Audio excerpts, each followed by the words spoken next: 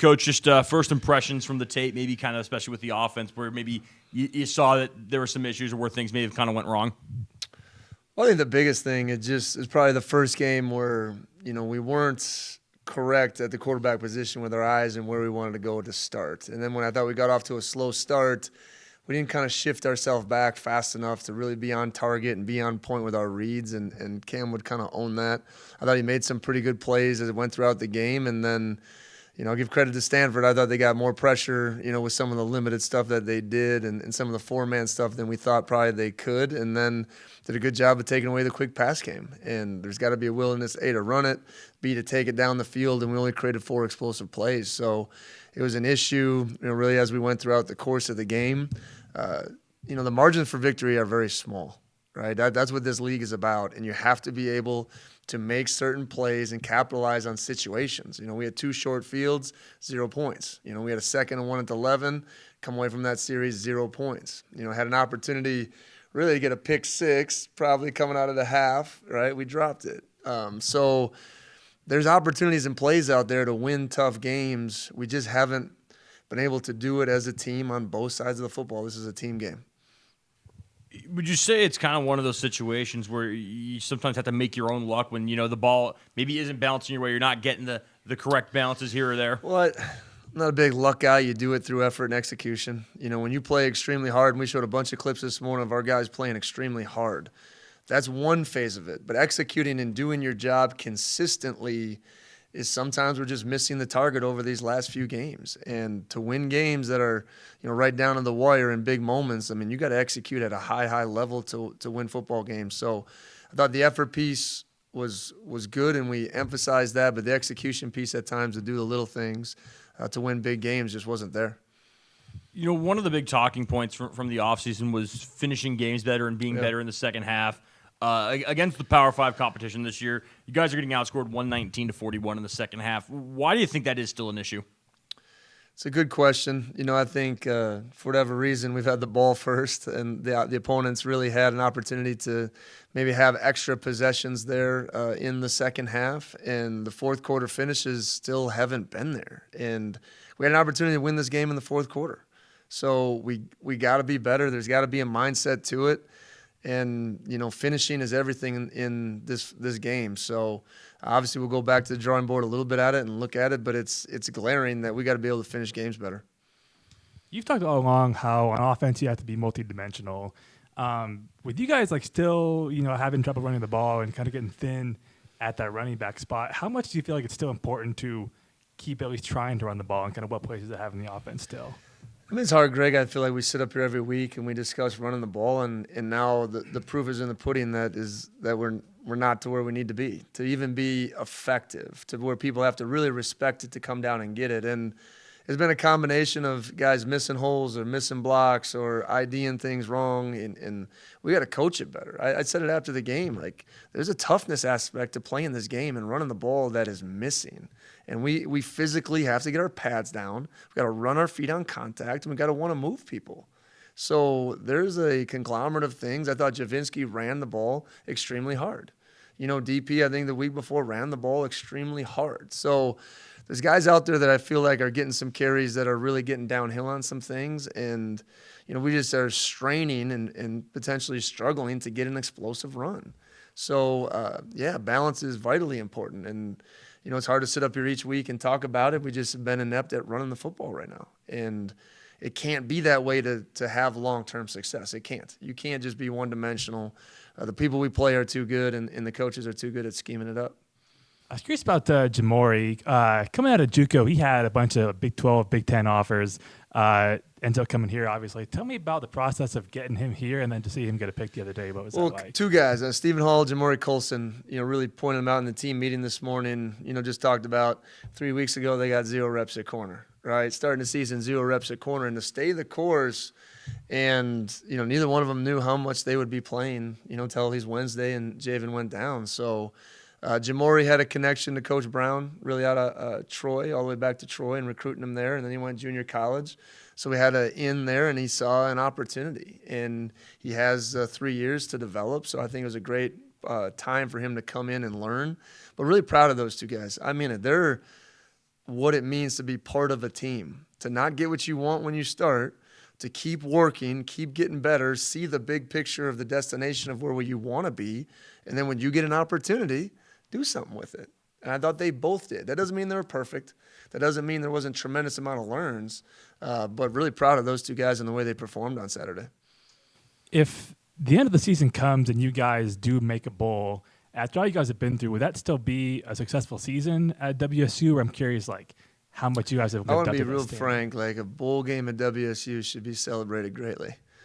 That is absolutely a successful season. I mean that, regardless of the record. When you get out there and you make a bowl game at our place, I think that's really big time. And I think it's really important. And we're not focused on that. We're focused on one game at a time, this opportunity with Cal. Whether we came into this game 9-0 or 0-9, you're on the same set of mission to try to win the football game. So that's the way we're looking at this week, and just staying true to the process and discovering ourselves, because our best is still out there.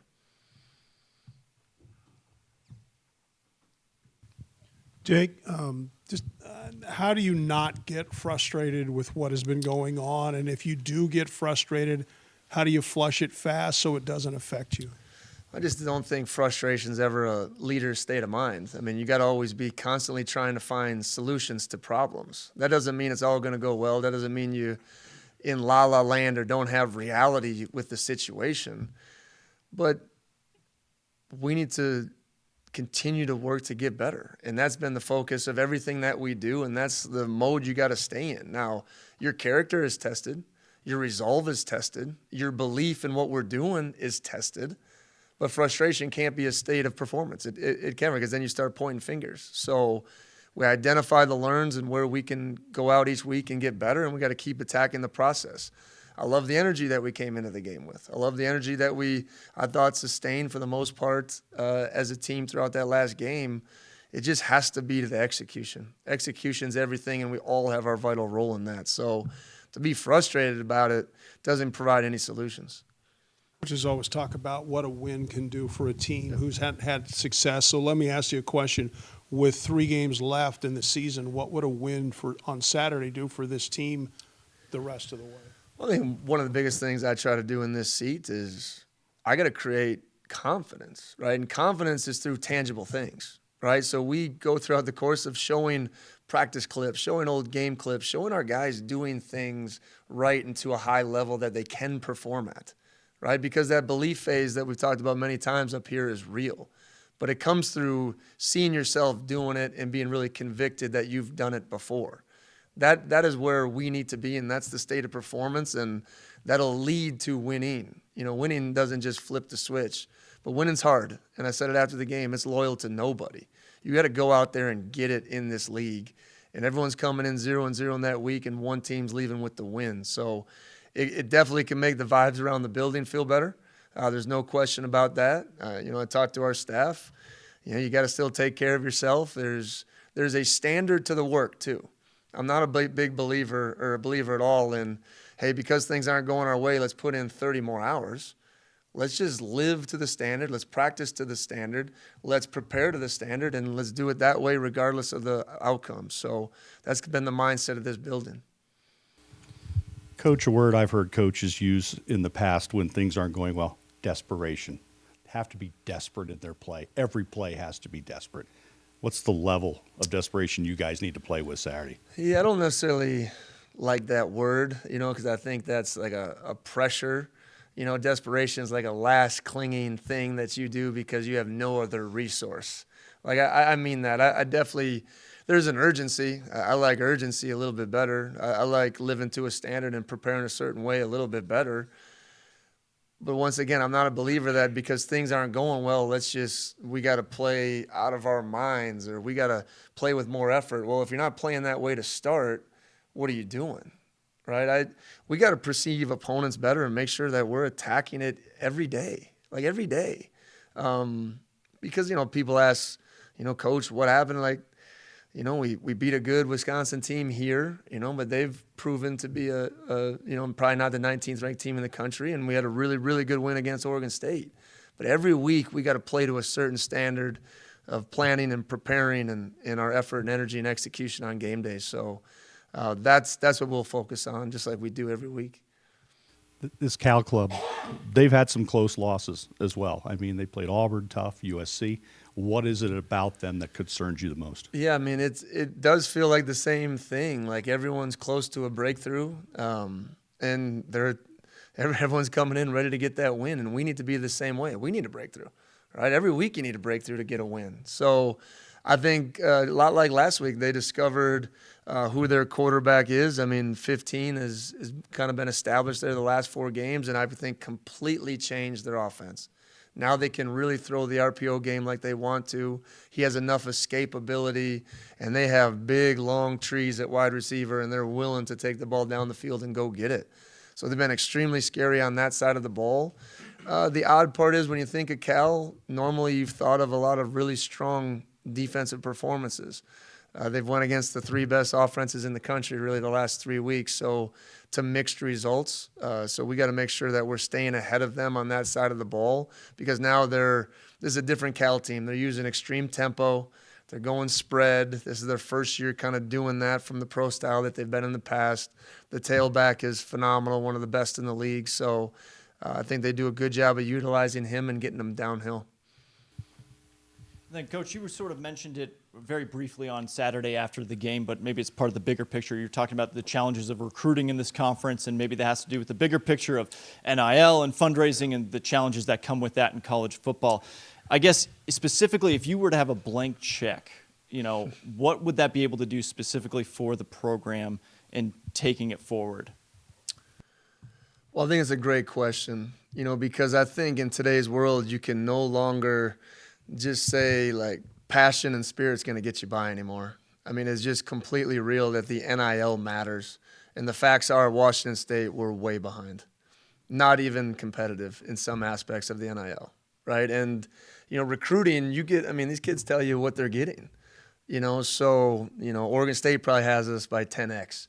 Arizona has us by 20x. I mean, USC, Washington, Oregon, who even knows, right? It's a whole nother planet. That's part of what we need, and it's very, very important. In 3 weeks, that is going to be open target season on our players. That's what it's going to be, and it's already started, right? So, that's what's coming. We need to provide them with as much resources as we possibly have here to keep this team together, to keep recruiting, to keep going. It's the future of college football, and to ignore it or to ever think it's going to go away, that's a long time in the horizon, right? So I think it's only going to grow in some capacity. And I'm very supportive of the players getting a piece of the puzzle and profiting off their name, image, likeness. I've said that many times up here. But to think as a university and a program to be where we want to be and we know we should be, it's got to be a huge part of it. It has to be, especially at the forefront of the football program, right? We got to carry the flag for the university going through to whatever phase we're doing. And I think everyone around here knows that. And that's not a pressure. That's just an understanding of we're prideful in this. We're prideful of what we want to do on that football field. So I think it's got to be a vital part, because, in 3 weeks, I can't even imagine, what guys are getting. And we're open to those conversations and understanding that. But we need to keep this team together and keep building for the future. That's what this thing will always be about. Balance that. Obviously, your responsibilities go beyond the X's and O's, out there on the field, and it's a 365-day job. But knowing that in 20 days, you're like, oh, crap, all over again.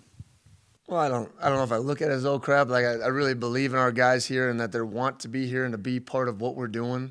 I've always said that when anyone ever asks me that question, it's what if we create a really great environment that they want to be developed in? Because I think the numbers are, once you're starting at this level, to give that up is very risky and dangerous, and those have been proven out, and we have plenty of examples to show those guys, right? So there's got to be a connection piece to it. There's got to be a want to buy in and stay, and I think that's going to be part of the future and the vision of what we're building here. So we've realized over the last couple of years the portal will never be where we can build this program, okay? Because the portal, you need NIL money to get portal guys, period.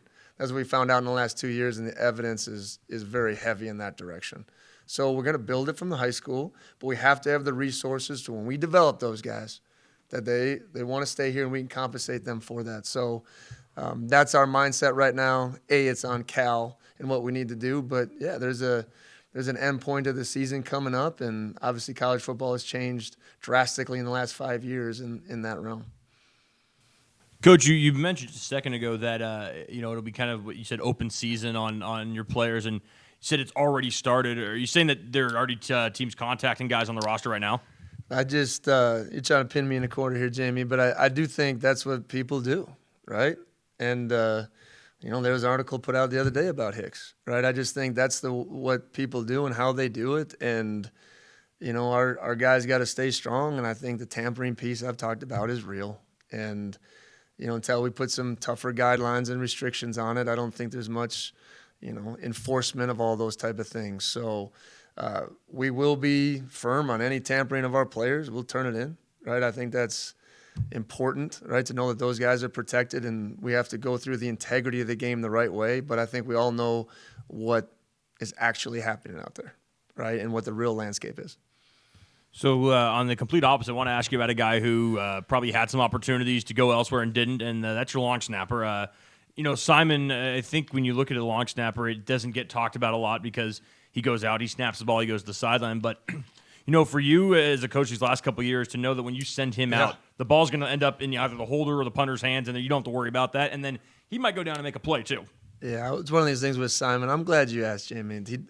They never get enough credit, right? And the only time you ever hear his name is if something goes wrong. So I've been trying to scour the earth to see if Simon has another year of eligibility. Like that's how comfortable we are with him and what he does. Great energy. He wants to be a coach. He's just a pleasure to have in our program. And like you said, there's never a thought about something not being perfect. And we asked him to do a lot of different things: snap, protect, field goal stuff. He just attacks every phase of it, and he's been money. I don't want to do the old reporter jinx on him, but he's been absolutely money. Really, like I said, my whole time here. So just credit to him, his work, and what he's done. Can't find that extra year of eligibility? I have not found it yet. I'm going to keep scouring. I got about 3 more weeks. Yes. Kind of a laundry list of guys that have had some bumps and bruises. You talk about Shaw, Javen, Dave, Quinn, Dylan, Nakia. Any updates on Lincoln? I know got nicked up late. Any updates on those guys for Saturday? You do a good job on Monday, but every time I say that we're going to meet after this deal by design, and then I'll get you more information on Wednesday. But hopefully we're getting some of those guys back. That was the tone yesterday in the staff meeting. So hopefully we get some of those guys returning to practice tomorrow morning. Just any long-term concerns for anyone? No long-term. How much buy-in and engagement do you still sense from the players after losing 5 straight right now? Extreme buy-in. Staying the course, believing in the process, knowing there's still time in the hourglass, opportunity. Everything is, out there to still win football games. That doesn't mean it doesn't come with hurt. Someone used the word frustration. I mean, there's hurt and pain in losing football games, right? Especially ones like last Saturday that we felt like we should win that game. So that doesn't mean, like I said, we live in this utopia world. I want to make sure that's not it, right? But belief and conviction and consistency of staying the course, those are 2 different things. And our guys want to right this ship and we want to win. But sometimes when it's, you go win, loss, win, loss, win, loss, you don't always feel this. Sometimes you feel that weight. And it's my job to make sure we are a energized and convicted team heading into Saturday. I got one more. Sorry, to follow up to what we were talking about before is you talked 20 days, you're going out. Have you been given any clarity on what next year holds, where you're going to be, how you're going to do that? Because I'm sure that's a question you're going to get with every young man you're going to recruit. Yeah, and I think we've started, just to kind of address those things. We don't have answers, but I always want to make sure that they're hearing things from me. So we've told recruits certain things about, hopefully what's going to be happening next season. But November 14th really sets the timetable for things in motion after the lawsuit's taken care of and all those things. So we're still in a little bit of uncertainty with the direction of hopefully where we're going. But, there's been a bunch of questions, and I think the biggest thing is to let them know that I'm going to be leading this program through it, and we're going to find a way. And those guys committed here for the right reasons, for the right people. So I think that's the biggest thing more than anything is I'm excited to go forward with this group of people and to make sure that we're finding whatever destination that is. We're going to plant our flag there and we're going to attack it. Have you asked Pat and Kirk to kind of give you some hard. They know they know recruiting's coming, and I feel like we'll have those answers by that time. I really do, because they know the importance of it, they know the urgency of it. So hopefully we'll be getting more of those answers here in the next couple weeks. Thank you. Thanks, guys. Go Cougs.